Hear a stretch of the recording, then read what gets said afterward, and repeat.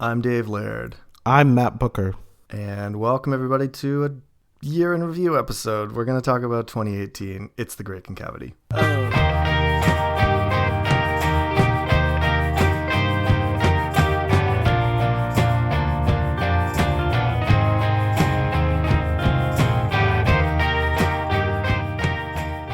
Well, hey, Matt, welcome to a new year. It's 2019, first week of January. Happy New Year, man. Happy New Year. And to our listeners. Happy New Year to everyone listening. This will be our first episode of 2019. And in the past, typically we've done kind of a year-end wrap-up in late December. And we're doing it now in early January, so we can truly look back on the whole year and talk about the things that we liked or what we didn't like, and maybe even like what events affected us in 2018. I know some people hate this kind of episode.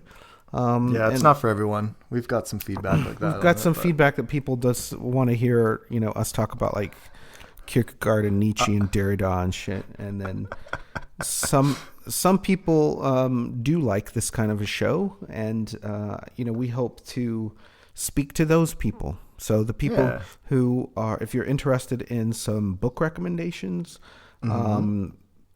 some talk about music and films and other, what happened also kind of in the world of like Wallace studies in 2018. Then stick around for the next 59 minutes and we'll try to talk about it. We'll try and keep it under an hour. Yeah, cool.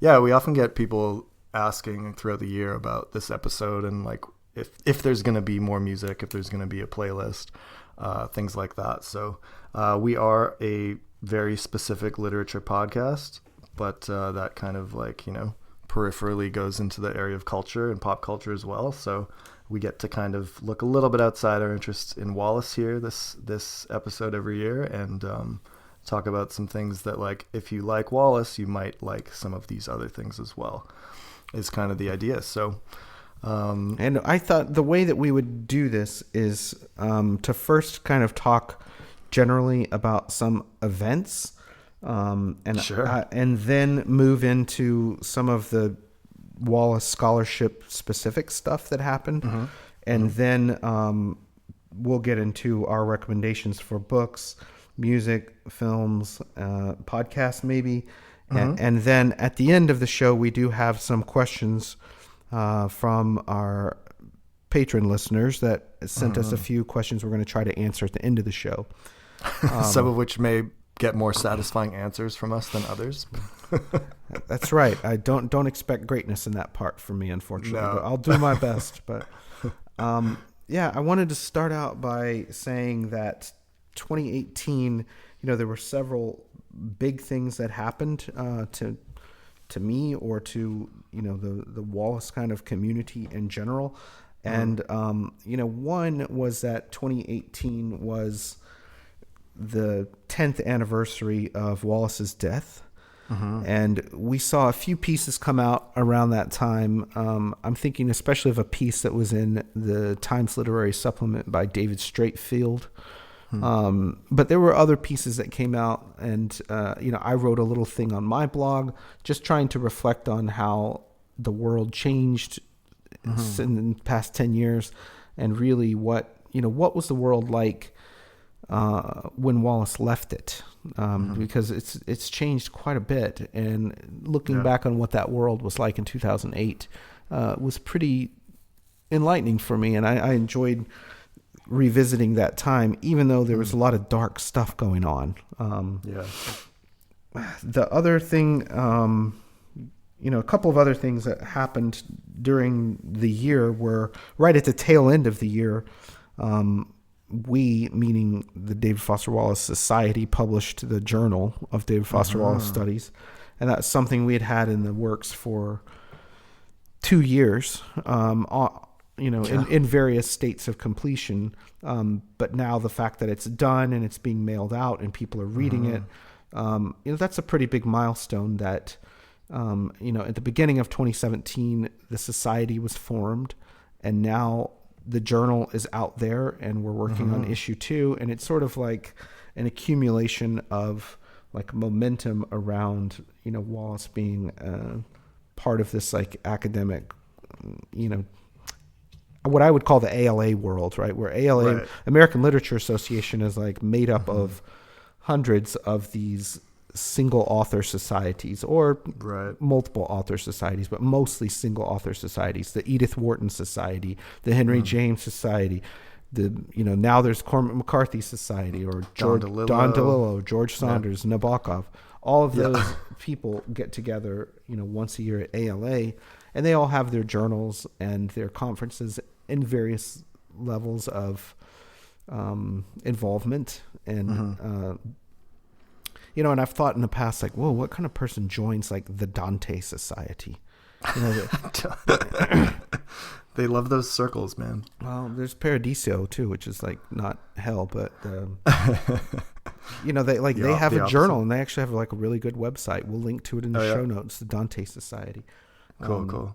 But now that Wallace has become part of that, I think that's a milestone for the year. Yeah, that's really exciting for us, and it's been really cool to see people get the journals, and a lot of people are posting pictures of it on social media and stuff. I got mine in the mail yesterday from you, so that was really exciting. And Michael O'Connell today posted on Instagram, I think you saw this too, that he's already read it cover to cover. Yeah, that was very exciting. Wow, for a piece of like collection of scholarship, it's not necessarily like the fastest, most, cotton candy type reading. So the fact that he's already blitzed it is pretty impressive. Way to go, Mike. Yeah, I actually thought especially the first essay is pretty dense. So like reading the whole book, like that's pretty impressive so quickly. Yeah, totally. Yeah, right on. The other thing that I just wanted to mention related somewhat to this was we had an episode about the conference, but that was also a milestone of the ISU conference in Illinois this year. There was a lot of good scholarship there, and it's sort of like a family reunion of sorts for to see all of the people who we've seen in the past and meet new people. Totally. So that was a highlight for me of getting to go to the ISU conference. This was my fourth time in 5 years, so I missed 2016. Yeah. Dave and I met at the 2015 conference, I think. Yeah. That's right. Yeah, I think that's right. And then we did the live show at the 2017 conference, and then I think you were in New Zealand this summer. Is that right? I was. Yeah, I missed it. So when did you go back and forth to New Zealand? What were your arrival and departure dates? We left end of January and we got home mid-August. So we were there for about 6 months, just under. And we'll be going back there probably in September for a year. So have about 8 more months here at home. And then off we go again. So we'll see what 2020 looks like, if I can make it back for a conference or not. Hopefully. Oh, cool. Yeah. And while we were at the conference this summer, I woke up there that Friday morning to the news that Anthony Bourdain had committed suicide. Right. And that affected me pretty deeply, like more so than I thought.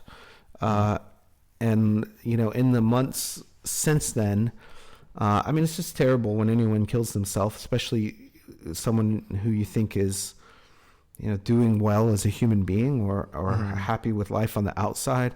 Yeah.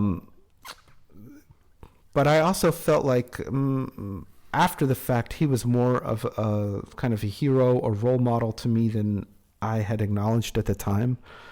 And, you often hear this question like, oh, if you could have dinner with any person, like living or dead, or like who would be your ideal, like at a dinner party? And like he was up there for me.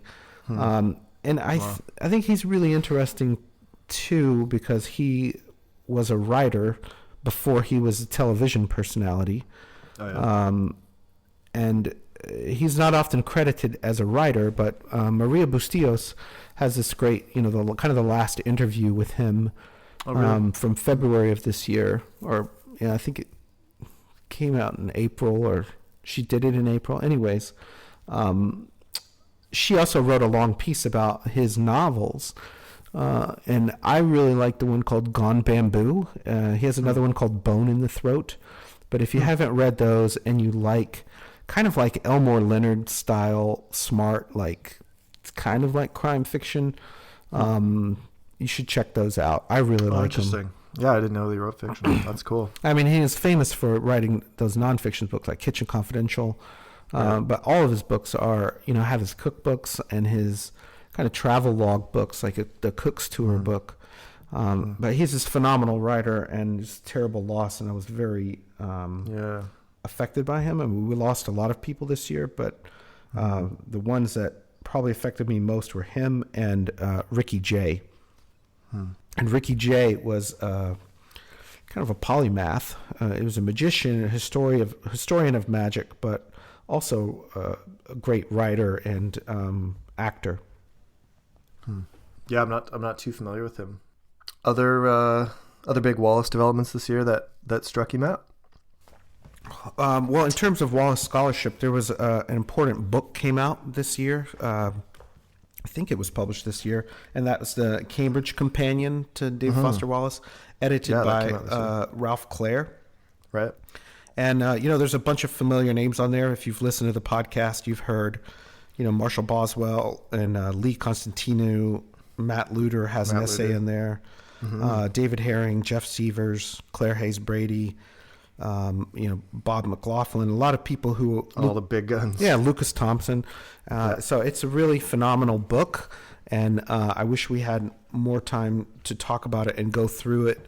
I really like the way that it's structured to be a companion. Like, if you've never read any Wallace scholarship, this should be like a pretty good companion. Starting point? Yeah, a starting point, because it gives you like an overview of his work and his like context of how he was received, or his work was received, and then it goes into like the books, and like Matt Luter's essay is about Broom of the System and Girl with Curious Hair, and then Adam Kelly writes about Brief Interviews, David Herring writes about Oblivion, Jeff Severs writes about the nonfiction. Oh yeah, so all the bases get covered. Yeah, they cover all the bases, and Claire writes about The Pale King, and Mary Holland writes about Infinite Jest. And then there's a whole series of essays at the end about themes and topics, everything from religion, race, politics. It's a really great kind of comprehensive book for being so slim. And, there are several more monographs coming out in 2019.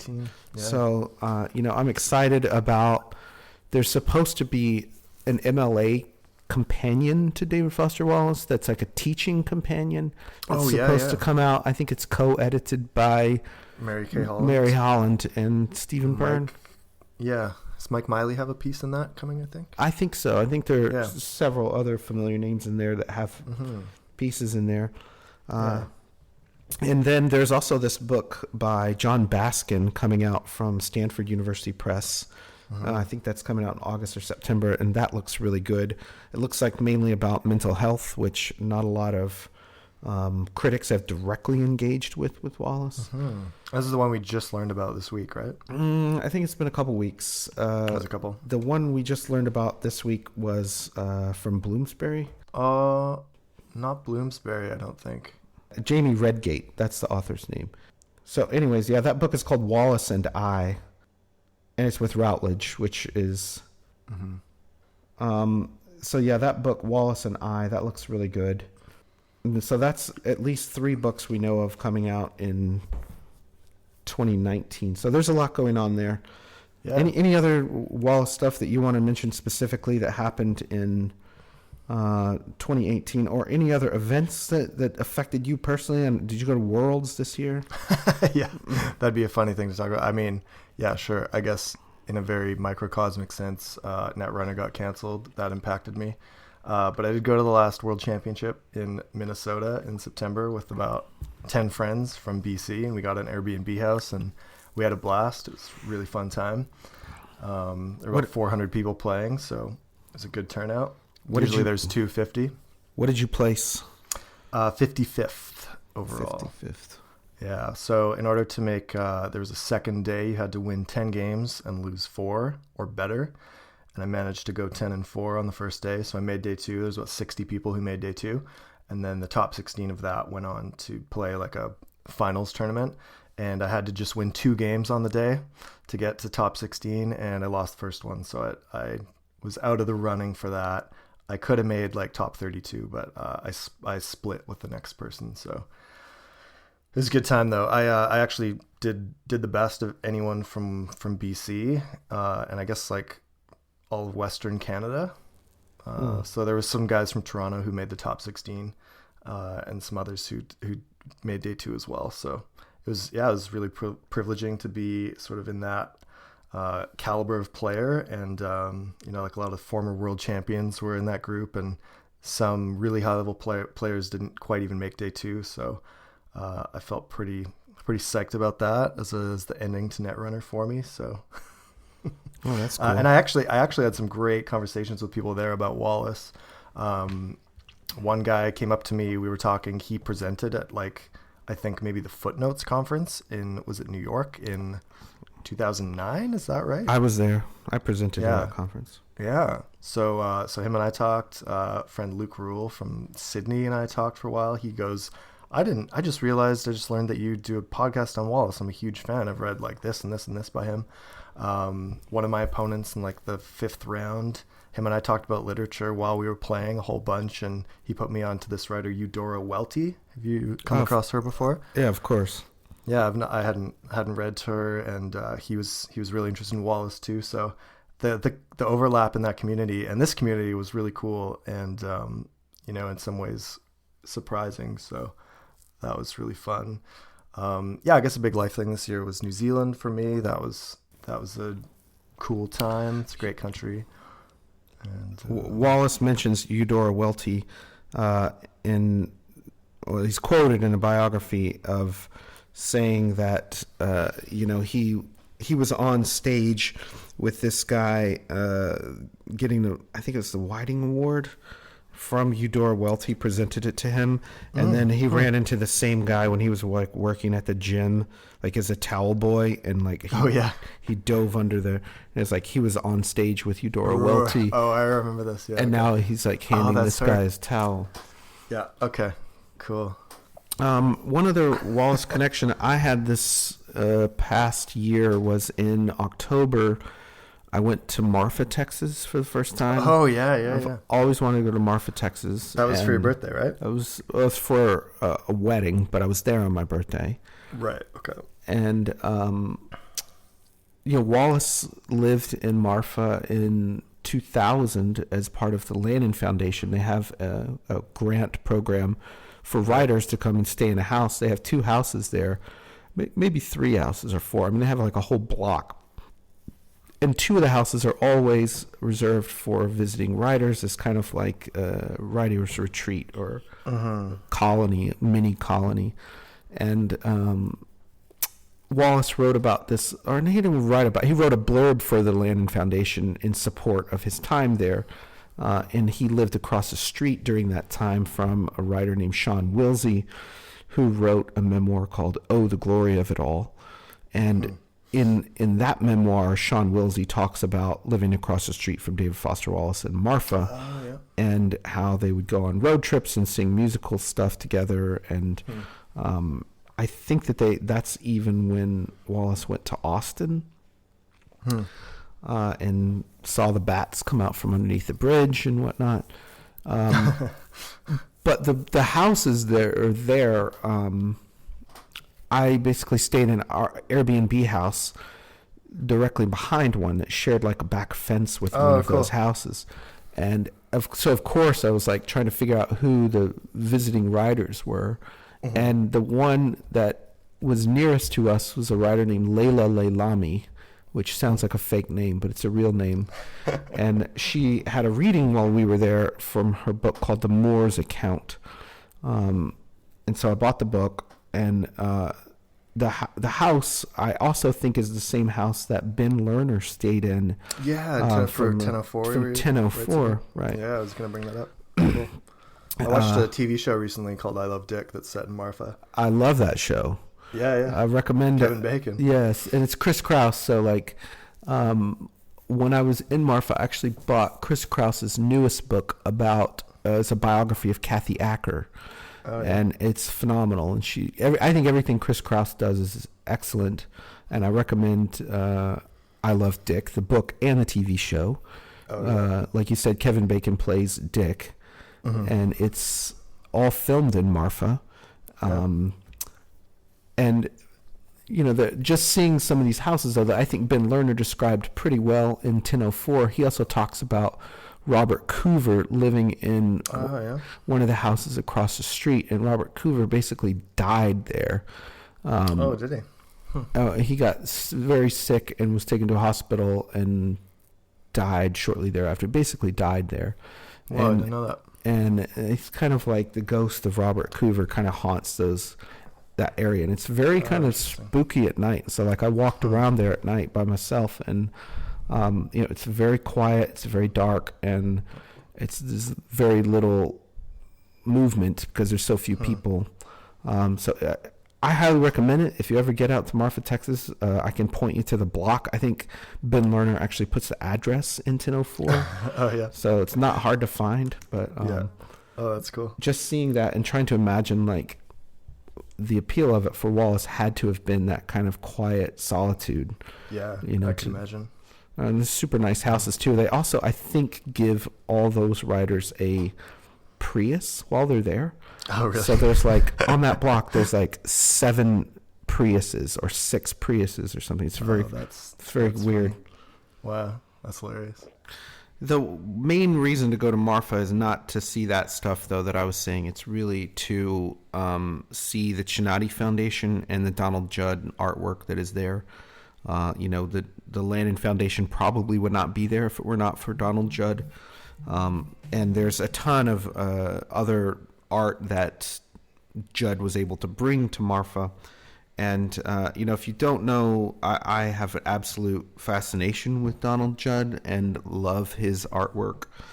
And somewhat related to this, in 2018, in early 2018, around February or so, a major art piece opened in Austin called Austin by the artist Ellsworth Kelly. Okay. And it's really like a kind of secular chapel. Oh, yeah, okay. We've talked about this, right? I think so. The way that, like the Rothko Chapel is, a work of art as a building. Oh, yeah. That's in Houston, right? Just built for Mark Rothko paintings. But the Ellsworth Kelly building is a little bit different in that it's really meant to bring in light through these colored panels. So that was a big deal because Austin is not like an art destination city. Probably Marfa has almost as much great art as Austin. Wow. I mean, it's not entirely true, but for modern art, it is. That's crazy from like a size comparison, population comparison situation. You can't get like a good taco on Monday morning in Marfa. Sure. Or like South by Southwest. But the fact that they have like a world-class art museum and foundation there is really incredible. Yeah, that's cool. Right on. So what were the big books for you this year, Matt? Let's dig it. So I kind of divided up my books into books that were new in 2018 and books that were published before 2018. And I'll just start at the top. The book that I think that I will think about the most, and I think that matches kind of my interest in Wallace, or what attracted me to Infinite Jest the most, is a book that came out in late 2016, and I think I bought in 2017 based on a podcast. I think I know what you're going to say here. And if I'm correct, I've also started reading it. I got it for Christmas. Is it Novel Explosives by Jim Gower? Novel Explosives by Jim Gower. Yeah, so far so good. I'm really liking it. It's a big fat novel, and if you like, 700, 800, 900 page novel, this is for you. And like I say, the book came out in late 2016, and it was not. I would not have heard of it if it were not for Michael Silverblatt having Jim Gower on Bookworm, Yeah. and Stephen Moore promoting the book through this publisher, Zero Gram Press, which really their only books or at least first two books were this book and then Stephen Moore's collection, which I wrote about on my blog and maybe you've mentioned here, called My Back Pages. Yeah.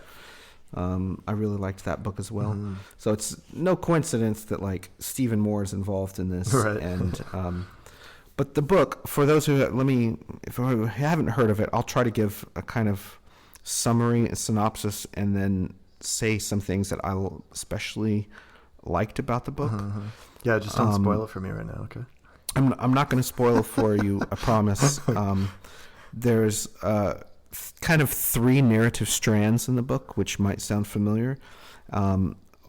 One is about a guy who wakes up in Guanajuato, Mexico, and does not know who he is. Yeah. And so that's kind of a mystery.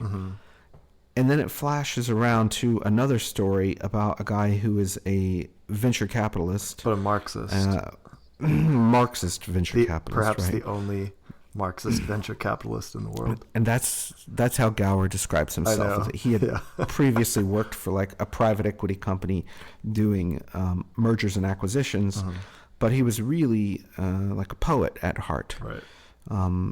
And the parts around that storyline, I think, are incredibly well done And just so like funny so far. Like I'm laughing a lot. Yes.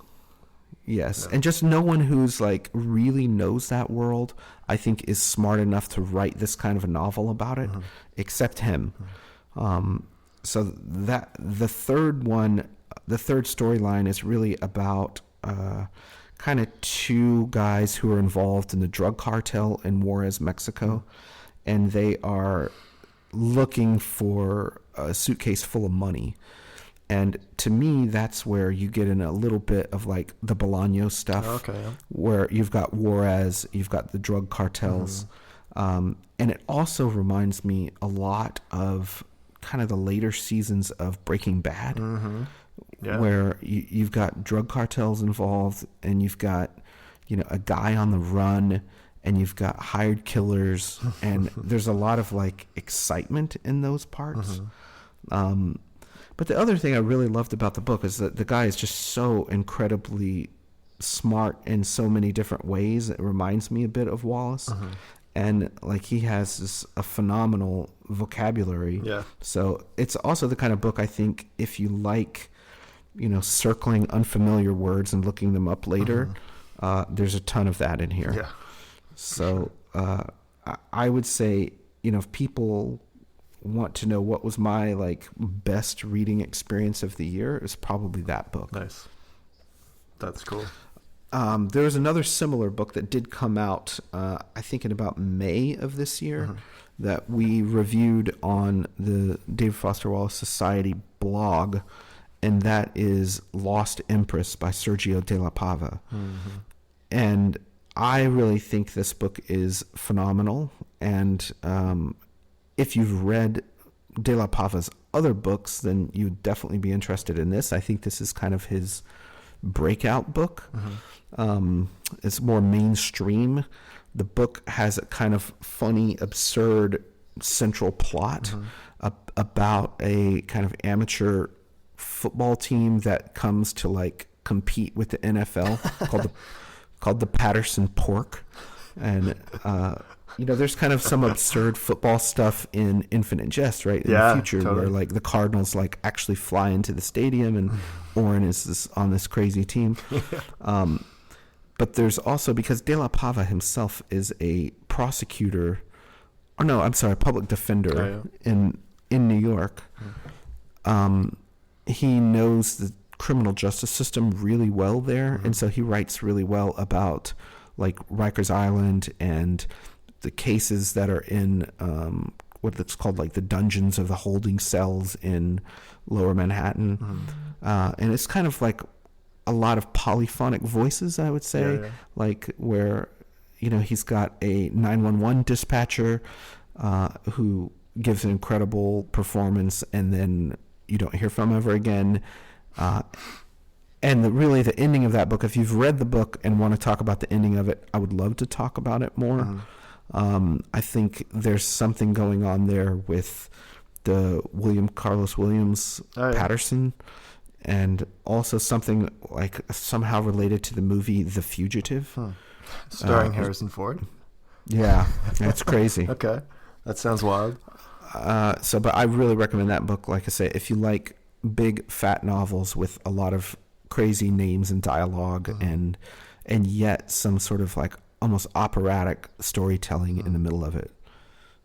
So that's kind of my big two. I have like probably a handful of other books I want to talk about, but what about you? Do you have a top book of read of the year? Yeah, I would say Shadowbond by Steve Erikson's probably my favorite book that I read this year.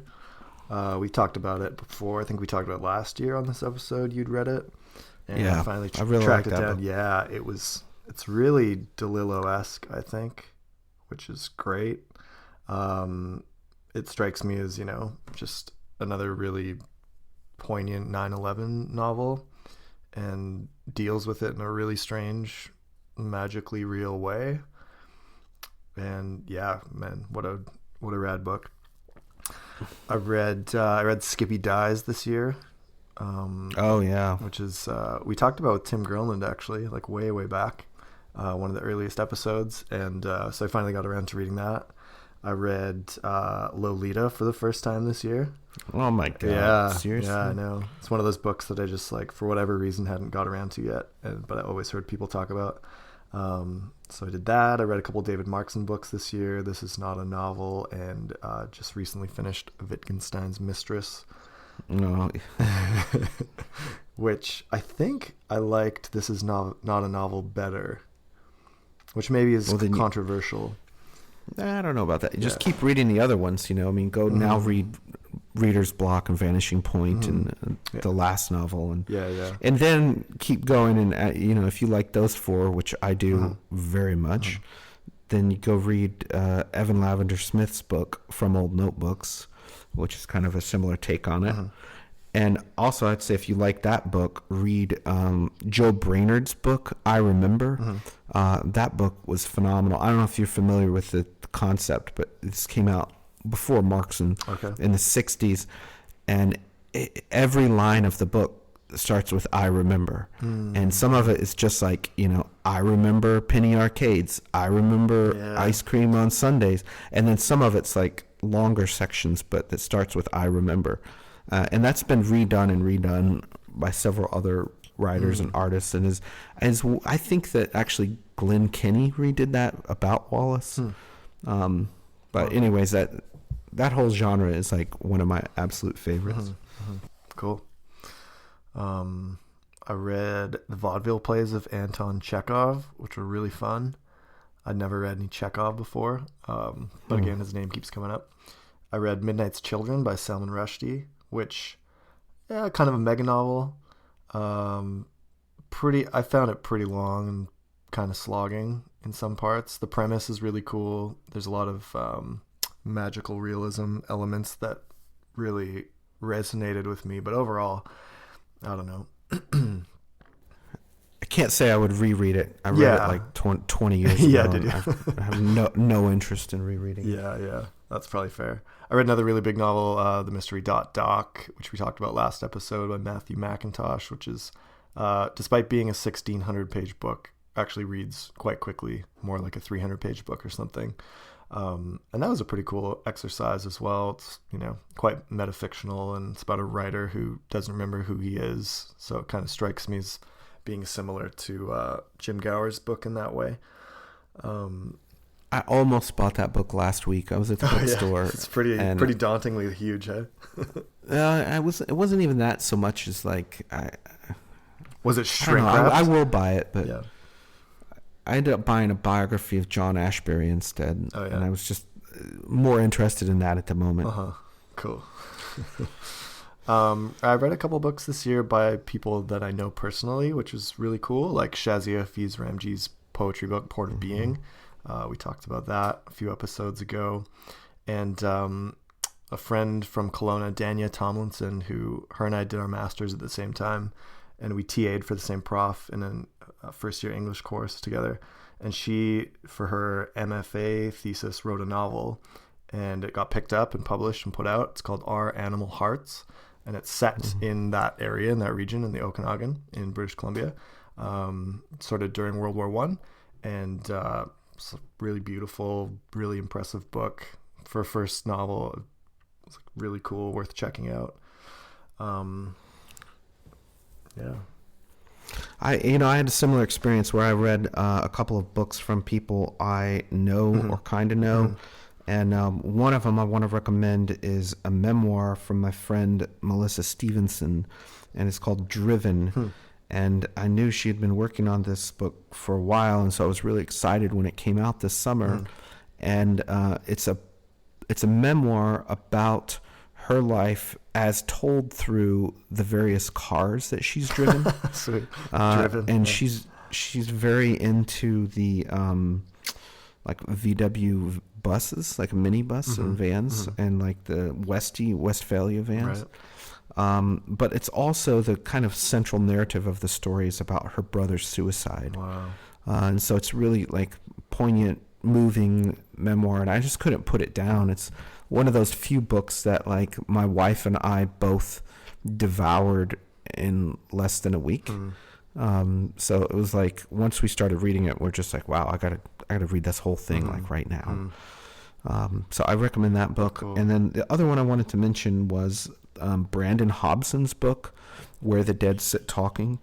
And this book was shortlisted for the National Book Award, so I'm hardly the first to like it. But I've read Brandon's other books and reviewed them on my own website, and I really recommend his other books as well. But this book is kind of a departure for him in that he gets into writing about a person with Native American heritage, which he also has. And I've known Brandon like forever through the Wallace List. Oh, cool. And like he's one of the first people who sent me a letter that he got from David Foster Wallace back, and he's probably the first like fan I've known who sent Wallace a fan letter like before Infinite Jest came out. Whoa. Like he sent Wallace a fan letter in like 1993.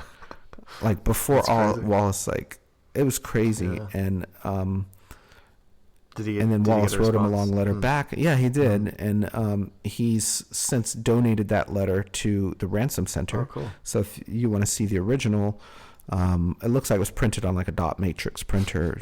It's great. Sounds about right. But Brandon is a phenomenal writer, and I highly recommend it. If you pick up Where the Dead Sit Talking, it's the story of a young boy who's placed into like foster care and kind of gets moved from place to place and is kind of like, on the fringes of society, kind of a burnout, and no one really cares about him. And it's extremely, I would say, literary take on kind of the grunge element of, it reminded me of something like from the 90s about like grunge kids. Cool. A couple of other things I wanted to mention, kind of going back to my events of the year, is one of the highlights of my year is always the Texas Book Festival. And this year I got to moderate a panel with two writers who I really admire. One is Willie Vlautin, and the other was a writer named J.R. Helton. And Willie, if you haven't read his books, no, I would say you should. He's also a singer-songwriter, and he was in a band for a long time called Richmond Fontaine, and he's in a band now called the D-Lines, and they are incredible. The D-Lines' new album is just coming out this month called The Imperial. Cool. But he has a book called Lean on Pete that I think is probably his best book. And it was made into a movie this year, or in 2018, starring Steve Buscemi and Chloe Sevigny. Oh, cool. And so that the movie I thought was really great. It's done by A24. But the book of Lean on Pete is, of course, even better. And I hope someone out there has read the book and would like to talk about it, because it's really powerful, and like just unbelievable series of events happens to this poor kid in the book. But the book that he was promoting at the book festival is his latest book called Don't Skip Out on Me, and I highly recommend that book as well. It's about kind of a young kid who wants to be a boxer, and he lives in rural Nevada, and it's just really sad. Like, how could he achieve his dream? Right. And, be somebody, make something of himself. He doesn't want to just stay on the ranch. And it's a really great story. I highly recommend someone out there, if you want to read kind of a more traditional, straightforward novel, try Don't Skip Out on Me. Cool. I also went back and looked at my own Instagram pics to see like what I had read this year. Yeah. And the first book that I read in 2018 was a nonfiction book called The Man from the Train by Bill James, with his daughter, Rachel McCarthy James, or Rachel James McCarthy, I don't know. And this book is, it's incredible in that Bill James wanted to write this book after he had this idea to try to solve this famous axe murder case. I think it's in Villisca, Iowa, and it's a sort of totally random crime in the early 1900s. Like, this whole family's just bludgeoned to death by an axe, and there's no leads, no idea who did it. And he gets the idea of searching old newspaper archives, and he ends up discovering like dozens of similar crimes around the same time that all sort of seem to be connected by a railway system. And so this is his theory, is this man from the train would get off and just like murder people. Holy shit. It's sort of like, do you really want to read a book about people getting murdered over and over? I already read it. It's called but the 2666 by Roberto Bolaño. This is maybe more graphic than that. This is like more graphic than that. Yeah. But really what it is like, for anyone who's ever done like newspaper archival research, that feeling of like finding connections is it's an amazing feeling. And I think that Bill James and his daughter Rachel are some of the best at it. So they use just tons of firsthand sources from newspapers to kind of piece together these crimes. Wow. So I really enjoyed that book. I was going to say that kind of leads into like, I wanted to do a list of my podcast recommendations because I listen to a lot of other podcasts. Yeah, let's go there. Sure. I got a few. Well, then I realized like, most of my podcast recommendations are predictable and not very interesting because they're all like, there's stuff you've probably heard of. So, and a lot of them are, true crime is like one of the biggest genres of podcasts. So like Bear Brook, for example, that podcast came out late in 2018, but I thought it was a pretty good example of how to tell a story from a cold case. But I don't have a long list of podcast recommendations because, like I say, they're pretty standard, pretty predictable. I don't have a lot of hidden gems. I listen to Serial, Reply All. I mean, me reading stuff. Of course, that's always favorites. on there. Yeah.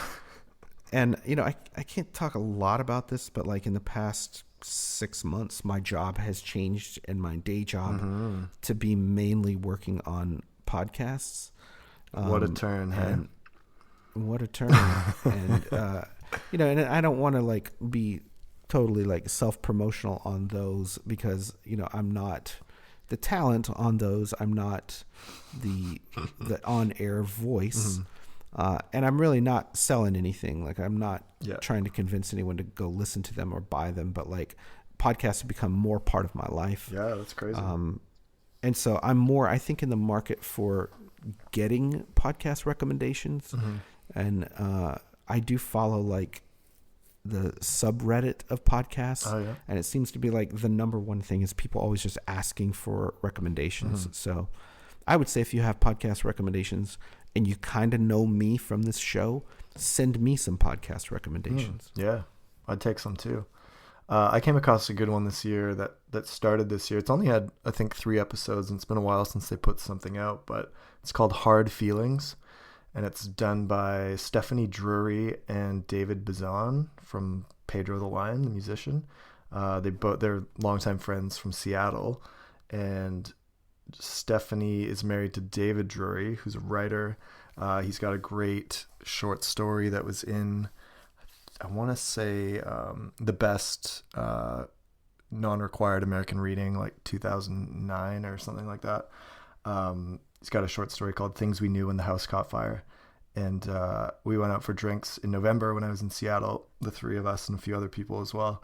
And they were awesome. And so this podcast, Hard Feelings, is about them basically sifting through their sort of emotional response to what it was like to grow up in like really conservative Christian upbringings and how they've navigated that in their adult years and where they're at with stuff now. So they just kind of talk about like religion and in a personal way, and it's really compelling. And it's just very conversational. So I know from Robin O'Neill's Twitter feed that he has a new story in Ziziva. That's right. Yeah. Literary magazine that is illustrated by Robin O'Neill. That's correct. Yeah. They're very good friends, and he won her first contest. The, what was it? Channing Tatum writes like erotic poetry. So people impersonated that, and David won. He's a brilliant writer, so it's very funny. He plays in a band called Tennis Pro as well, and he gave me one of their CDs when we met up. That's really cool. Yeah, so that's worth checking out. All right, I have a couple of other book things before we move away from books. Sure. Completely, like I say, the podcast thing. I've said enough about. I forgot to mention when I said I was on the panel with Willie Vlautin and J.R. Helton. J.R. Helton's books are also incredible. He has a memoir called Drugs, about doing a lot of drugs. Oh, yeah. And he has a memoir called The Jugheads about his family. And those books the covers are illustrated by R. Crumb, which are just incredibly, like, R. Crumb does not illustrate many books. So go check out J.R. Helton. And his latest book is called Bad Jobs and Poor Decisions. And most of it is set in Austin in the 1980s. And it's, if you like a smarter version of like Bukowski in the 80s in Austin, I would say it fits the bill. Okay. I like that description.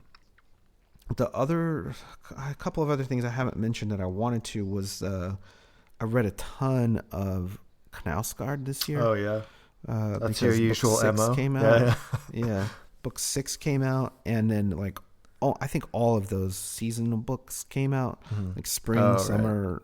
At least 3 of them came out in 2018, and I thought those were pretty shitty, except for spring. So if you've picked up like the autumn one and were like turned off, I would say give it another shot with the book called Spring, which is a little more typical of his style. He also did a lecture at Yale, which was published as a standalone little book called Inadvertent, that is about his motivation for writing the way that he does. And I thought that was really interesting. Right. It didn't get much attention. So if you like Knausgaard, pick up Inadvertent. Cool. And I don't have many films on my list, like almost none.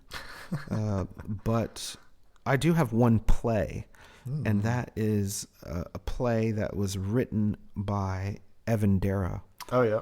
And published online for free based on a donation, and it's called The Provisional Biography of Mose Eakins. And you can Google that or Google Evan Dara's new play or something, and it'll come up.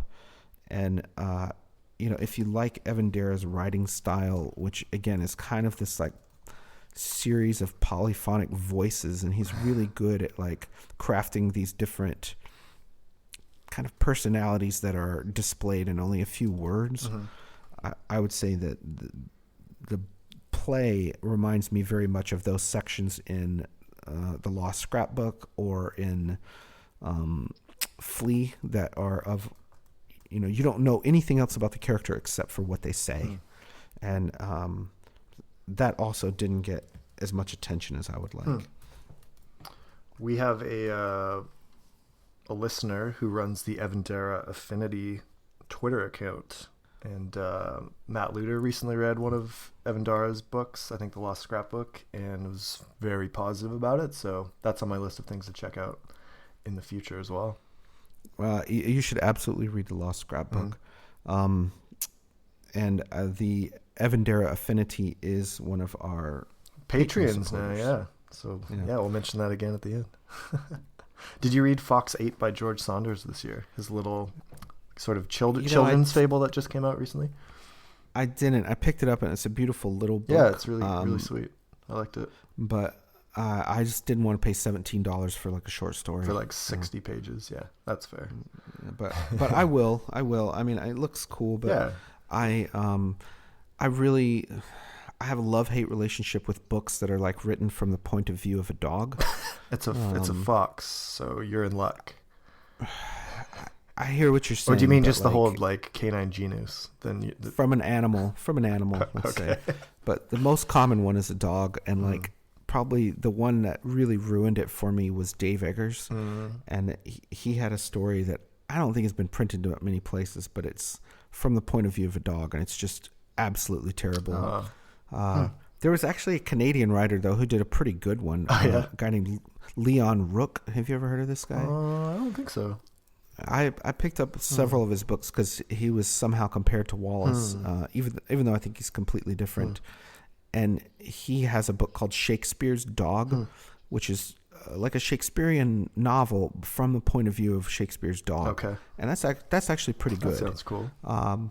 I've just recently read a children's book that alternates from the point of view of a dog and a guinea pig that I think is very well done. It's called Wedgie and Gizmo. I like this tangent, by the way.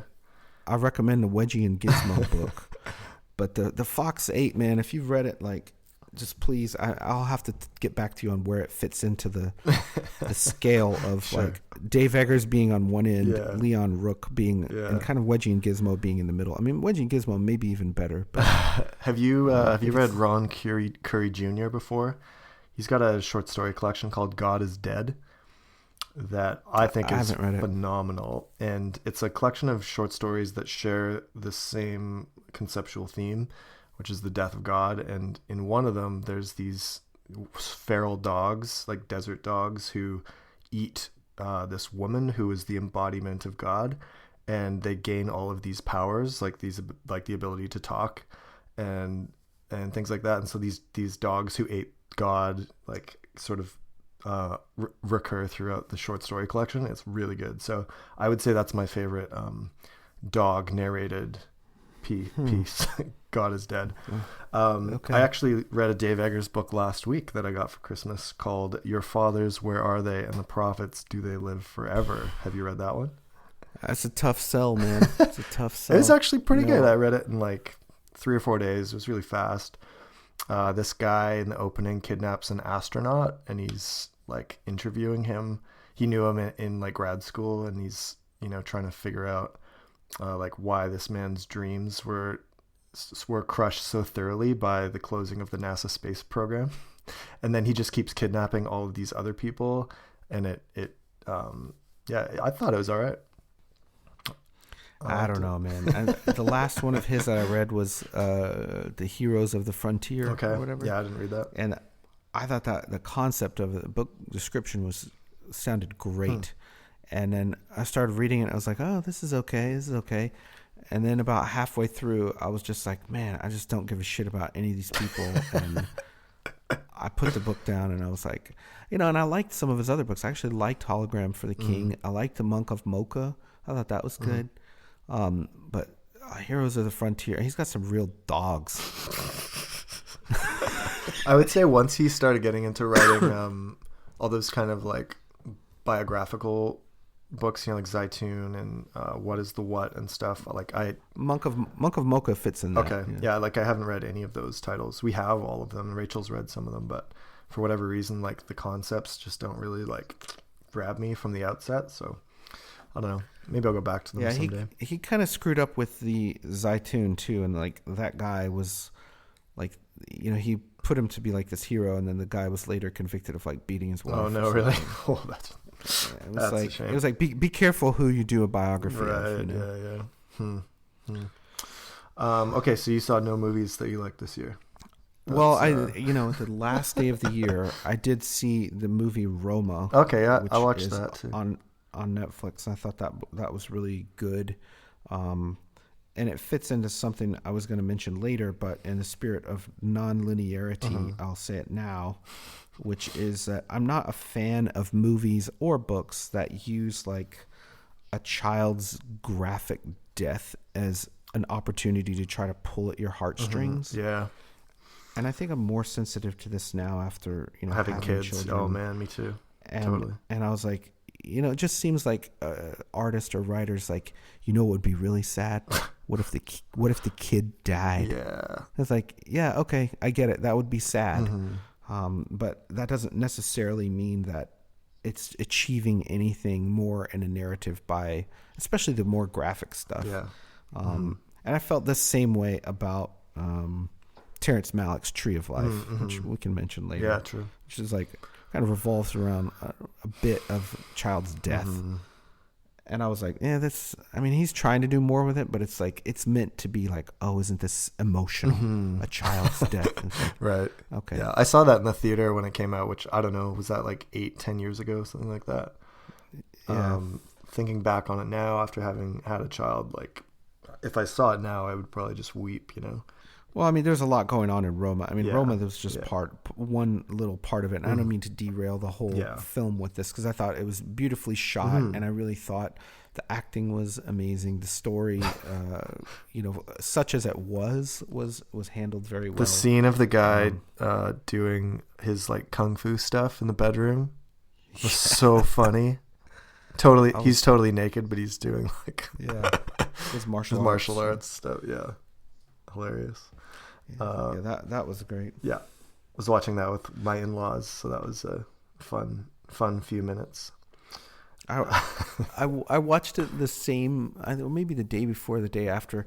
I finally got around to watching Moonlight. Oh yeah, which I think won Best Picture. It did. 2017. Yeah, La La Land was announced as the winner, and then there was that mix-up stuff, and then Moonlight actually won. Yep. Yeah, that was. I love Moonlight. I thought it was brilliant. So it was an interesting contrast with Roma, but I might have liked Moonlight better. Oh yeah, for sure. But it feels kind of weird to be talking about that in 2018 because it's not a 2018 movie. Right. But yeah. I don't, as you know, I just don't watch that many movies, so that's like all I have to contribute to the conversation. Well, I can talk about a few films quickly that I liked this year. Most surprisingly, the film that I like most this year that I was not expecting to like at all when I went to it was Mandy. This is the new Nicolas Cage like slasher horror film that came out this year. Did you ever see previews for this? I think I missed it. Just go watch a trailer after we get off this recording. It is really bonkers. And I typically don't like horror movies. I don't really watch horror movies. They don't interest me. But some friends of mine wanted to go see it, and I was like, well, the trailer's pretty nuts, so yeah, I'll check it out. And it was awesome. Like, I had such a great experience watching it. It's really dark and creepy, and the soundtrack is just like so oppressive. It's a movie, because it's Nicolas Cage, you're like, is this supposed to be good, or is this supposed to be really campy and bad? I can't tell, but I feel both of those things about it at the same time. And there are some scenes that are like, I don't know if I'm supposed to laugh right now or also start weeping. So I thought it was pretty brilliant. So that's Mandy. Phantom Thread by Paul Thomas Anderson was, I thought, a really good film. God, this year. I wanted to see that. Yeah, I liked it a lot. I really wanted to see that. Actually, a friend of mine who grew up in Kelowna and went to the same high school and was really good friends with my sister. That's a girl named Ingrid Scram. She was in it. She had like a very small role where she was one of the models that the main character was using in like a runway type thing. So it was like very surreal to see her on screen, and her character's name is actually Ingrid as well. So they didn't even bother changing her name, which was cool. And I messaged her about it after. I was like, I just saw Phantom Thread. That was awesome. So she said it was quite awesome to go to England and film that with Paul Thomas Anderson. Wow. Yeah. So that was cool. She does a lot of like modeling, and she's in commercials and stuff. So that was cool. I saw The Disaster Artist this year. Have you ever seen The Room? Like notoriously worst film of all time. Yeah, I'm aware of all of the Room and the Disaster Artist thing, but I have not seen either one, so I can't really speak to it. Yeah, so I watched The Room in preparation because I knew I was going to go see The Disaster Artist with some friends. So I watched them both in the same like 2 or 3 days. And I thought Disaster Artist was like really funny and pretty well done. It was great. I, Tonya is a movie that I like this year. About Tonya Harding. I did see that. Did that come out this year? Yeah, I think so. Well, last year. I saw it this year, so I'll put it on my list. I did see that. Yeah, I thought it was good. The Shape of Water won Best Picture last year. I think in 2017. Right. I saw that. I quite liked it. Lady Bird was good. I saw Call Me by Your Name, which was excellent. The Florida Project. We just saw The Favorite in theaters this week. So wait. I did see The Florida Project, and I actually kind of hated that. Oh, movie. Did you? Oh, interesting. The Willem Dafoe. Movie, yeah, I was not impressed with that movie at all. Mm-hmm. And I just thought it was not maybe marketed correctly. But I also thought it had very little like redeeming value, and was quite boring in certain places where it should like tried to be interesting. What was the other one you said before that? I had seen one other one. Was it Lady Bird? Yeah, I liked that. Yeah, I liked that. And actually, that's one of those movies I would like rewatch. Yeah, I think there's some like charming, great lines in there. Yeah, it has like kind of a Wes Andersonian feel a little bit in some of the dialogue. It's Greta Gerwig, I think, directed that. She does good stuff. Did you see the film Sorry to Bother You? Do you know about this movie? It's about a telemarketer, African American telemarketer who discovers that if he uses his white voice, he's told by another guy, he sells way more stuff, and his white voice is the voice of David Cross. So it's really bonkers and wacky, and the first like 4/5 is fantastic, and then the last like fifth, it takes a super weird turn that is, I found, really off-putting. Like it's entertaining, but it's like so bizarre that you just can't, like, I couldn't really handle it or like take it very seriously after that. So I would say it's like one of my more favorite films of the year, but then not the ending really. Kind of weird. That mention of David Cross, though, there's a great children's movie that just came out in 2018 called Next Gen. Have you heard of this? Next Gen? It's called Next Gen, and it's... I don't think so. Yeah, and it's like a Pixar-style movie, but I didn't hear anyone talking about this in my world, except for my kids. Yeah. But it's like Robot World, and like David Cross plays the voice of all of the robots. Oh, really? Yeah, it's phenomenal. Like, there's other characters in it, like it's all big name actors, but like it's just something about seeing like a robot that's like trying to sound friendly, but like talking like David Cross, but it is David Cross. Awesome. It's really uncanny. I highly recommend that. That movie's really well done. Next Gen. Cool. I like the sound of that. That's cool. There's a lot of films that I didn't get to see yet that I really would like to, that I keep seeing recurring on a lot of year-end lists, like First Reformed, Hereditary, which is like another horror film, If Beale Street Could Talk, Suspiria, mid-90s, a few others, but maybe they'll be on the next year-end podcast. I guess television is a good next transition, Matt. Any shows that you like this year other than I Love Dick? I can't think of a thing.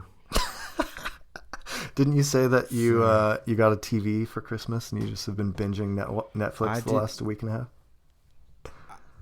I did, and I guess I could say Anthony Bourdain's show. I love going back and watching all of his episodes. Yeah. And, you know, his last episodes from the CNN show Parts Unknown came out this year. But that's kind of like, it's almost like comfort food for me, like that documentary style stuff. I mean, it's really enlightening in certain places, and you can learn stuff from it, but it's like barely a TV show. It's like a documentary series, really. Yeah. Did you watch Wild Wild Country, the documentary on Netflix? Never heard of it. It's about the Rajneeshis is the name of the following here. It's about a cult in the 70s or 80s that like took over a small town in Oregon. This like Indian guru figure, and it's just like this, I think 6 or 8 part documentary by the Duplass brothers. No, I think my coworkers were talking about this the other day, and it does sound familiar. And I've seen other similar documentaries, like about like Indian guru who's like forms this cult, and they like take over the whole, like almost like a village. Yeah, Wasco County, Oregon. And all of his followers wear this like burgundy red color, and it's kind of like a free love, free sex kind of cult. But it was pretty fascinating. It gets really dark, like some of the political intrigue that starts happening that this cult starts doing to this small town in Oregon is like really quite unbelievable. You know, there was a similar documentary about like a group of white supremacists trying to take over a small town. Did you ever see that? I don't think so. And they like bought these houses and like moved in and started taking over and putting up like Nazi flags and stuff. Well, and it was like very hard to get rid of them. Yeah, that's a very similar sounding premise there. Yeah. The Americans is a show that I continued to enjoy this year, and it finished. The series finale happened. That's the show about Soviet spies in the 1980s living in Washington, D.C., a married couple, and they pose as Americans. That was a great show, good ending, satisfying. The show Atlanta, season 2 was awesome this year. I really like that show. I think it's one of the best things on TV right now. And I got into a show that's on Amazon Prime called The Marvelous Mrs. Maisel. It's about I saw that. Yeah. I saw that, but it was like, can they really sustain that show for multiple episodes? I don't know. Well, season 2 has come out, and we've watched all of it, and so yeah, they keep it going. It's good. Wow. Yeah, it's about a woman in the 1950s whose husband wants to be a stand-up comic, so she's very supportive of him, and it turns out he's kind of a hack, and he's just like steals all his material, and then she kind of falls into becoming a stand-up comedian and tries to make a go of it. It's sort of the premise of the show in the first couple episodes. But it's really smart and funny. I think it's the same writers who did Gilmore Girls, which would kind of be off-putting to me. So it has that kind of like sharp, witty, like Oscar Wilde type dialogue almost, but it's certainly much more toned down and believable than Gilmore Girls. So that was a show that I liked. The Handmaid's Tale. Did you watch any the Kominsky Method? No, I have not watched that yet, but I scroll past it on Netflix, so I've seen it around, but I haven't watched it. I've watched a few of them, and I feel like it's maybe funnier the older you get. Yeah. But like it's really good. It's really good. What's the premise of that again? It's mainly Michael Douglas and Alan Arkin are friends, and they're like grumpy old men. It's kind of like grumpy old men. Oh, okay. It's like he's like teaching an acting method, and it's just like, best friends and how they fight and how they kind of like talk and get along, and it's just like it's a very much dialogue driven show. But I haven't watched all of them out there, so I should probably just we should edit this out later. Sure. Well, you have the endorsement for the at least episodes 1 to 3 from the Great Concavity. Okay, good, cool. The Good Place is a show that I continued to enjoy this year. That's Michael Schur produces that, who we've talked about a lot. The premise is quite hilarious, and the show has only gotten better. The season 1 is good, and then ever since that, it's just gotten much more intriguing and smart and funny. And then The Man in the High Castle is a show that's been pretty good this year. Watched 2 seasons of that, and I'm really enjoying that. That's based on the Philip K. Dick novel. The premise of which is that the Axis powers win World War II and occupy the United States. Japan occupies the western part of the continent, and Nazi Germany the east. And it's got some cool time travel-y type stuff going on, and the performances are generally pretty good. There's a storyline that I think is the most compelling, is of this one of the highest ranking Nazi official who's kind of oversees New York, and his son has a degenerative disease that comes out, and that storyline in that show is really wildly interesting and compelling.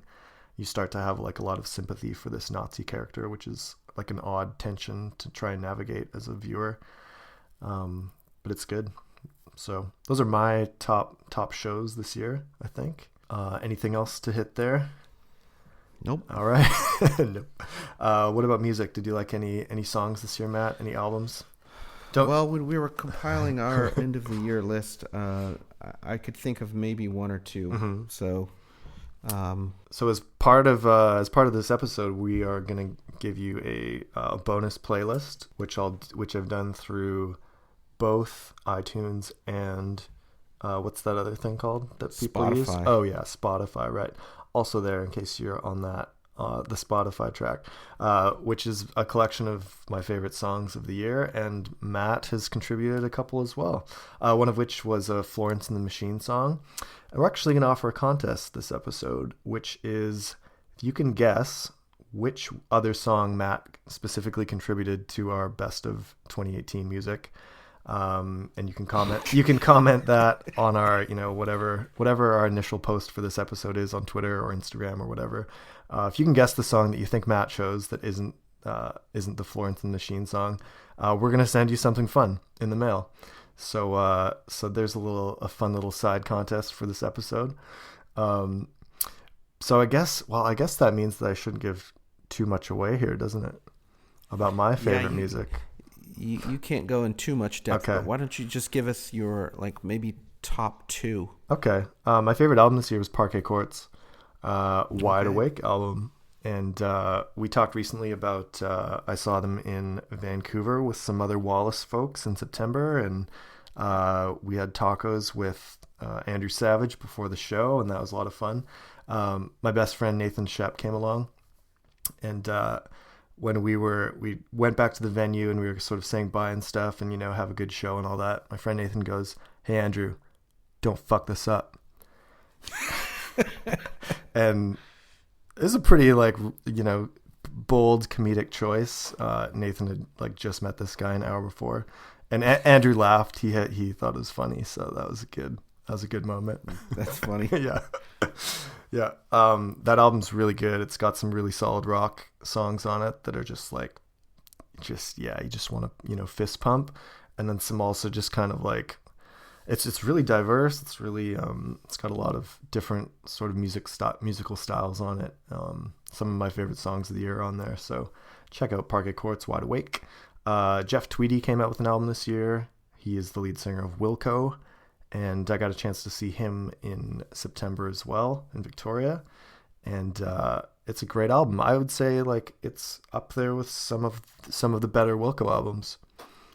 Dude, did you see this interview with him where he talked about books and said he's a Marxen fan too? Oh, really?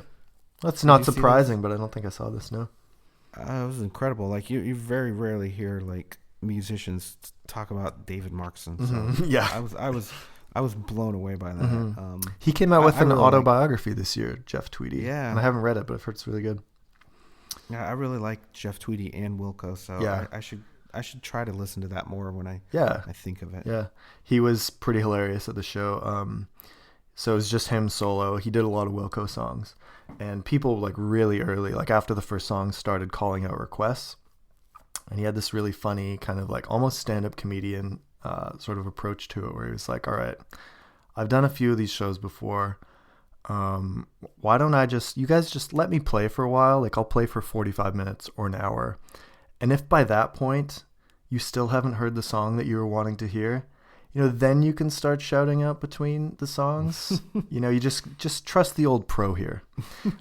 He had the room like roaring. It was really funny. So that was good. And then, so the rest of my top albums of the year, we'll just leave. I've got one song from each of my favorite albums of the year on the playlist. You can follow up with those albums and those bands if you like what you hear. In addition to seeing Jeff Tweedy this year and Parquet Courts, I saw Big Thief in Vancouver, who incidentally last year had my favorite album, and I think the year before that had my favorite or second favorite album of the year. So we've talked about them before. I saw Daniel Romano in Victoria, I think in January this year. That was a great show. He's the guy, Matt, do you remember our very first episode of this that we did, Year in Review? He's the guy with the cowboy album cover that's really hilarious. Vaguely. Sorry. So he's like a guy, like in his, early 30s or late 20s. He plays in like rock bands, and he just all of a sudden made up this sort of alter ego where he did like really old style, like Hank Williams country. And some of his album covers are quite hilarious based on that. But it's like fairly disingenuous to who he actually is. But the songwriting is amazing. Like, if you're into like old country. So yeah. And then I saw my favorite metal band of all time, Converge. I got to see this year for the first time. And they had a very like Wallaceian moment where the singer Jacob Bannon started talking about empathy between songs and his battle with depression, and how empathy is the thing that we most need desperately in our world. And it was like almost like something out of This Is Water. It was very striking. So yeah, I had a pretty good year of seeing some good bands, and overall I thought it was a decent year for music. I think still like the early to mid 2000s are some of the best years, maybe my favorite decade of music so far. But there was some good stuff this year that I liked a lot. Yeah, I don't even know how to judge a year of books. I don't know. Yeah, I wouldn't either. Like, books are so, I don't know. They come out with such irregularity, I guess. One author typically will write a book every, few years or so, depending on the author, I guess. But yeah, it's hard to classify years that way. Did you play any video games this year, Matt? On your Nintendo Switch? No. With your boys? No. Did you guys finish Zelda yet? I don't know. My kids play video games. I occasionally, like I say, will play Mario Kart with them. But yeah. No, it looks like if I did play video games, I would have bought Red Dead Redemption 2. But then I would have not read half of these books that I just mentioned. Yeah, totally. Most of my friends who play video games have that game and play it actively. I still haven't got it. I will get it eventually. But I just have a lot of games that I'm kind of like halfway through finishing, and I just need to kind of go back and complete all of them before I just keep buying a whole bunch of new games. So I haven't got to that one yet. But I want to talk about one game that I thought was phenomenal that I played a lot this year, which was called Cuphead. And Cuphead. This is a like side scroller platformer game, kind of like Contra. If you remember Contra from the old Nintendo days. Up, down, down, left, right, left, right. BA selects actually, that reminds me of a book. Cheston Knapp has a book called Up, Down, Down. Oh, yeah. I think I may have seen that around. And I did read that this summer, and there's a whole Wallace essay in that. But cool. Shit, I forgot to talk about that. So. Well, anyway, you just go on with your game, Cuphead. So Steamboat Willie, remember that cartoon, the first Mickey Mouse cartoon? Yes, I know it. It's that animation style, but like a really intense, insanely hard platformer shooter game. And the main characters are these cute little like mugs, like cups basically. But you've lost this gambling debt to the devil, and you have to go through and like capture, defeat all these bosses of these souls that he's also collected, and then fight the devil at the end. It's awesome. It's like one of the most fun games I've ever played. A couple other good games that I enjoyed this year were Celeste, which is on Nintendo Switch and a bunch of other platforms. Into the Breach, which is from the guys who did FTL, Faster Than Light, which is a spaceship game that I played like probably hundreds of hours of in 2014 and 15. So yeah, Nintendo Switch continues to be putting out some hits. I still haven't finished Zelda yet, but I'm like on the last castle, so I'm gonna try and wrap that up soon. And I know my 11-year-old son has probably spent $300 this year on Fortnite emotes and costumes and skins.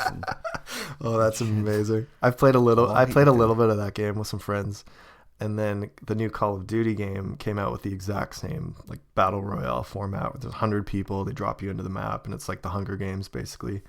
Last person survives. So I'm familiar with Fortnite. I'm not very good at it.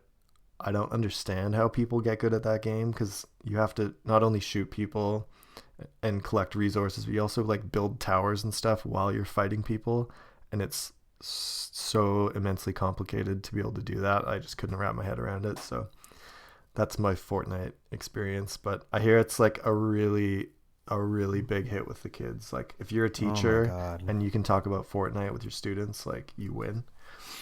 Yep. It's incredible. And like I kind of get it, because it's like the way that they hang out now is a lot of it is like on Fortnite. Like they're just like hanging out and talking about other stuff. Like they don't actually care about winning. I think it's like they just care about like being in the game and showing off, and that's why they spend money on these like dance moves and costumes. It's all memes, right? Like kids are so into memes right now. It's like it's the thing to do, and a lot of that stuff happens in Fortnite, I think. Yeah, anyways. Board games, Netrunner of course is the best game of my life. It's over now officially. There's a fan effort to keep it going. I'm doing some play testing with them, which is cool to be a part of. But usually I would have no other games to talk about because Netrunner is the best. But because it ended, I kind of had to, look elsewhere. And there's a game called Arkham Horror, the card game, that is also made by Fantasy Flight Games, which makes Netrunner. And it's a game that I was forced into by my friends in New Zealand who play Netrunner. And they're like, okay, as soon as you get here, after we meet you, and if you're a cool guy, we'll start bringing you into this other game that we play. So I reluctantly did that and ended up liking it quite a bit, and got home to Canada, and now I own pretty much everything ever made for it. And so my wife makes fun of me a lot for just, if I find something that I like, I will just like wholeheartedly put everything that I am into it. And a funny story that happened to me yesterday about that is we were out for lunch, and our server was this person I recognized from my hometown, Kelowna, who our moms were friends back in the day, and he and his brothers came to this skateboard camp that I taught in like 2001, because I had a job teaching skateboard camps for the city, which was one of the best jobs I ever had. And I was like, are you? And then I said his name. I was like, I'm Dave Laird. I taught you skateboarding. He's like, oh my gosh. Me and my friends still talk about you in that camp. You're like obsessed with David Foster Wallace, right? And I was like, wow. Yeah, I guess you could say that. And how he knows that, I have no idea, because I haven't seen him since like 2001. And I didn't. You should give him a shout out here. He's probably listening right now. And I didn't even read him. I didn't even know about David Foster Wallace until like, I don't know, much later than that job. So yeah, Bo, shout out to you, man. Great service at the Sherwood. Excellent food. Great to see you again. So yeah, that's my board game recommendation if you're into cards. It's a cooperative game, so you play with other people against the game, which I usually hate, but this game is phenomenal. So it's based on like H.P. Lovecraft horror and mythos. It's real good. Yeah, so we've talked about books, we've talked about film, TV, podcasts, video games. Anything else that was good this year, Matt, that we missed? No, I think that's my that covers most of my main cool overview there. Right on. Cool. So I guess we can sort of do the things that we do at the end of the podcast. And before we do, we put out to our patrons, if you have any kind of questions for us that you want us to try and answer in our year in review episode, send them in. So we got some of those back. So do you want to, let's try and tackle a few of those here. We'll do our best. Ben Zimmerman asked, in Infinite Jest, why spiders? Why spiders? Why spiders? I guess maybe they're phobic. Buckle up. Relation. Here we go. Phobic place in Infinite Jest. You know, the Orin having the Phantods over them and asphyxiating them with glasses. Here's the theory that I have. Here's my theory, Dave.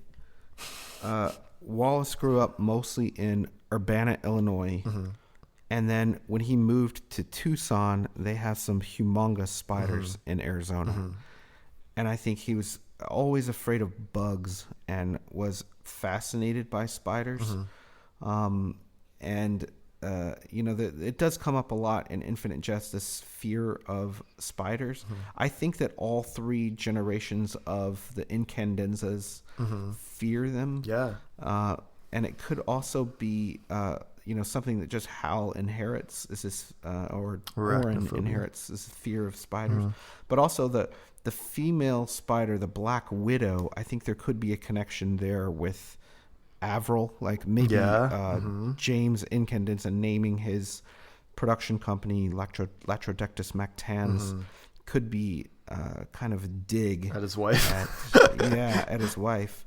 That's good. That's a good theory. Also, what year did Arachnophobia come out? Like, was it mid 90s, early 90s? That's got to be like late 80s. It's like 89, I bet. But I don't know if that has anything to do with it so much. I was close. Yeah, I was close. So maybe he was influenced by that film. I don't know. I don't have any evidence to support that. I just think it's kind of, I can't really relate. I've never really had like a fear of insects. But I mean, they're unsettling, but yeah, I don't have nightmares about them. I don't, but like, I think it's just like a metaphor for some like fear made present. Some other world silent, They can be ferocious, like a venomous widow spider. That's pretty cool. I got nothing else on spiders. Okay, yeah. Ben also asked, is there any chance of getting any new Primary Wallace books anytime soon, like example letters with DeLillo, unpublished stories, etc.? I would say no. I would say the chances of that is about zero. Yeah. There are, the 2018 we did see, I forgot to mention this, we did see 2 new previously unpublished interviews with Wallace. That's right, yeah. And that was pretty exciting. One we published on our DFW Society blog. The other one we can link to. But, he does have some early stories that have never really been read. They're not that great. I don't know if it's going to like help his reputation to like, here's some stories he wrote when he was like 19. Right. Yeah, totally. There's a story called like The Piano and the Pantechnicon, which I think was published in a literary magazine. Like Order and Flux in Northampton. I don't think that's ever been published in a book. Planet Triflon. Triflon was republished in a couple of places. Not in a Wallace book per se. I just don't know how much it would help. Letters, Stephen Byrne has been working on a book of letters. Yeah, I was going to say, he presented some of that at the 2015 conference. I don't know if he'll ever get permission from the estate to publish it. Yeah, that was like going on 4 years ago now. So yeah, who knows if we'll ever see that hit the light of day. But a book of letters would be really, really amazing to have in our hands. I would love to see something like that. Yeah. But the likelihood, yeah. So unfortunately, I think the answer is probably no, not anytime soon. Yeah. Yeah. All right. Brian Jeffrey Cooper asks, he says that David Lynch is often brought up around Wallace a lot. He's wondering if there are any strong links in scholarship or other opinions connecting Wallace to the films of Terrence Malick, in particular, The Tree of Life. Well, we mentioned Terrence Malick earlier in the show, and that was part of the reason why. Right. I'm not a Terrence Malick scholar or film scholar or completist. I have not seen all of his films. No, me neither. I think I would tell Brian to maybe talk to David Herring and Mike Miley. I know that they've both written about Lynch and Malick, I think.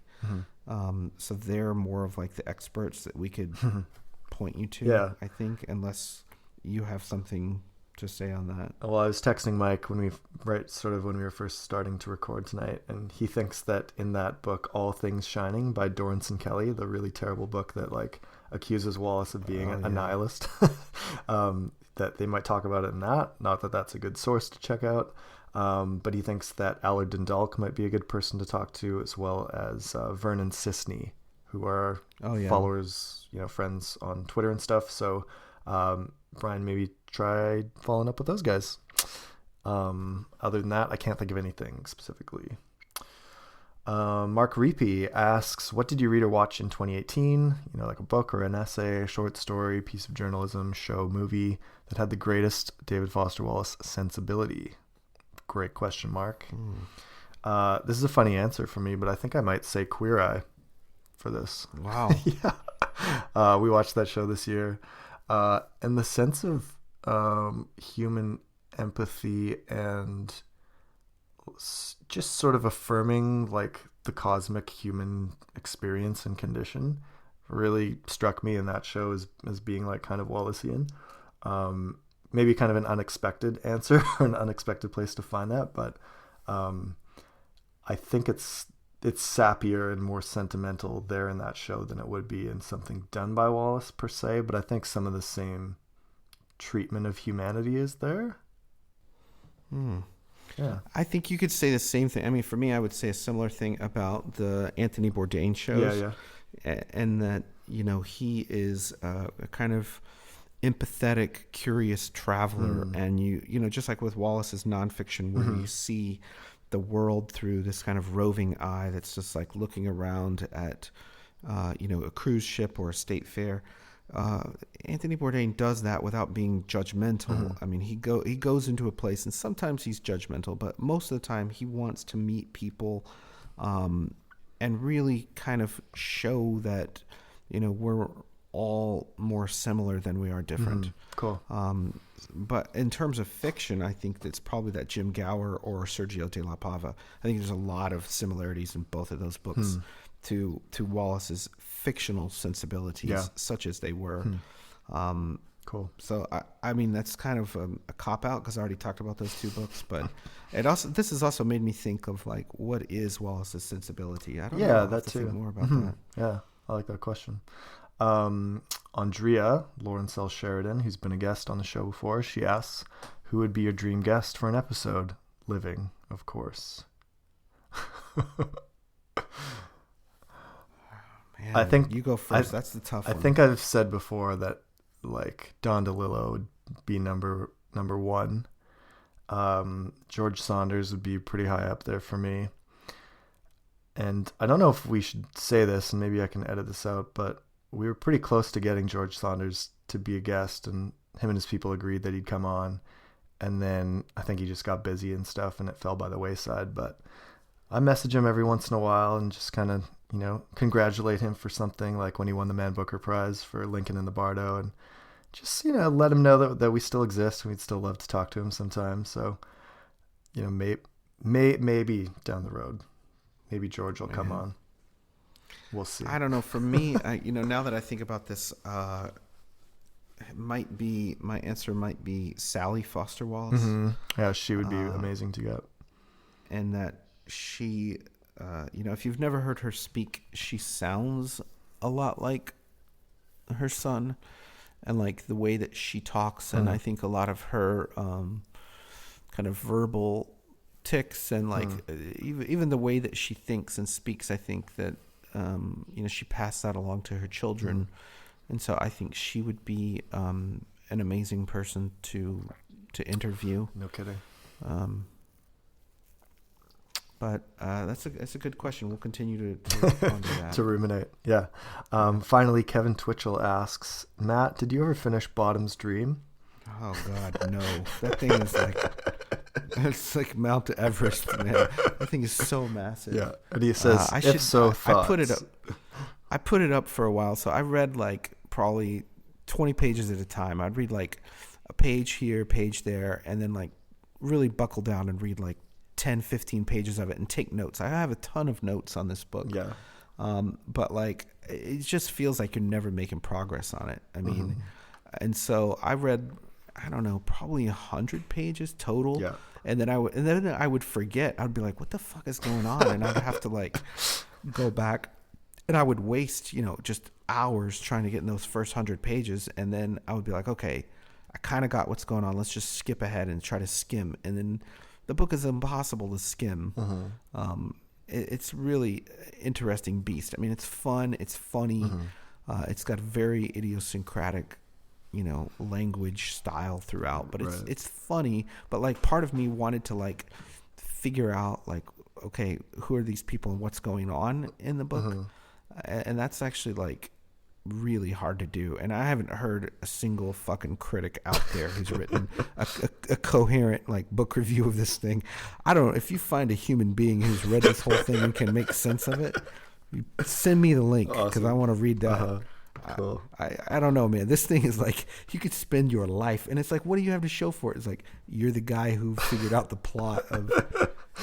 Amazing. I mean, I'm sure that people in German have done it. I mean, that's the amazing thing is like this book is translated, and it's been in German for a long time. So I'm sure there's like good German criticism of that book, but. Man, it is something else in English. I gotta just like hold this book and look at it. I've never had a chance to see it in real life. It sounds bananas. Jesus, it is really, really amazing. Yeah, cool. I love it. Kevin also wants to know, how do we feel about the new Penguin mini books? Have you gotten your hands on one yet? Are they A, the future of print, B, a millennial fad, C, destined for failure, or D, other? Matt and I both had to look this up. I'd never heard of this. I never heard of it. The sense that I get is that they are kind of like smartphone screen size books that are tiny. John Green has a box set of them. They fit in your pocket. I don't know if they hold the complete work or not, or if they're just highlights or what. So I don't have much of an insight here for you, Kevin. I'm sorry. But if it's just a tiny book that's the full work, I think that seems fine. I did see Madam Psychosis tweeted recently that Infinite Jest has been broken up into 4 sections and sold as like a box set. It was not sold. That was just one person's like art project. Oh, okay. That was just like my bad. Yeah, that was just like an art project thing. Okay, I got duped. Okay, that's fine. It's not for sale. Okay. But it wouldn't be the first time we've seen that happen. Like 2666 has been broken up into 3 parts as a box set. That's the version that I own and read. So it wouldn't be surprising if that happened for Infinite Jest down the line. It would be surprising to me. You think so? Yeah. Yeah, I don't think they're going to mess with that too much. But I do like different formats of books. So like to answer your question, I bought some books over the holiday break that were quite tiny. I really like really, really tiny books. And there's a curator, Molly Schwartzberg, who has an essay in the Legacy of David Foster Wallace book, edited by Sam Cohen and Lee Constantine. Yep, and she kind of also specializes in the archives of miniature books, like really tiny books. Oh, cool. So I mean, this is a concept that's been around like literally since like Gutenberg's Bible. Like, people were like, "How can we make this even smaller?" Yeah. So I don't know. It's definitely not revolutionary. Is it the future? It's probably more like the past. Yeah. I don't know. I'm down with any gimmicks like to get people to buy more books. But Sure. it's what it sounds like to me is like it's kind of a gimmick. Yeah. Yeah. Cool. Well, there you go. Cool. This has been episode 44 of The Great Concavity. We want to thank some new patrons. We have a small handful of new people who've jumped on the wagon to support us. Rye Pickard, we want to thank you. Ryan Whalen, Brent McGee, Sylvia Worms, and the Evandara Affinity Twitter account. Thank you guys so much. Speaking of which, we'd love to hear from you. If you want to get in touch with us, you can hit us up at concavityshow@gmail.com, concavityshow at Instagram and on Twitter, and we're on Facebook. And if you have any, particular guests or kinds of guests that you want to hear from going forward in 2019, we would love to hear some people that you'd like to see if we can talk to. I actually just emailed Alexandria Ocasio-Cortez this week to see if she would want to come on and talk about Infinite Jest and how she sees it playing out on the contemporary American political landscape. She's talked about it recently in interviews, and she's got it, on her Instagram account and stuff. We're just going to swing for the fences here in 2019 and see what happens. Hopefully she's busy fighting our Johnny Gentle administration and not going on podcasts. Yeah, hopefully. I'm sure she's very busy. But yeah, anyways, we'll see what we can do. Albert Einstein, we'll try and get him on. Let's go for it. That's a SNL joke. Harry Carey. And as usual, thank you so much to Robin O'Neill and Parquet Courts for your art that is associated with our show. Any final thoughts on the year 2018, Matt, or things you're looking forward to in 2019? I'm looking forward to building on a lot of the momentum with the David Foster Wallace Society. Mm-hmm.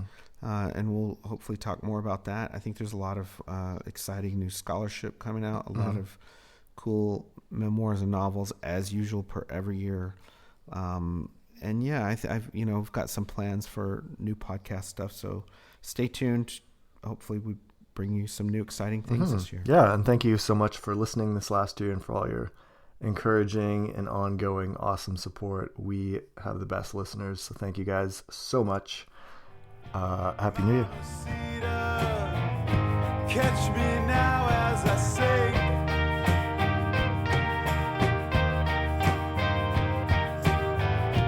into darkness.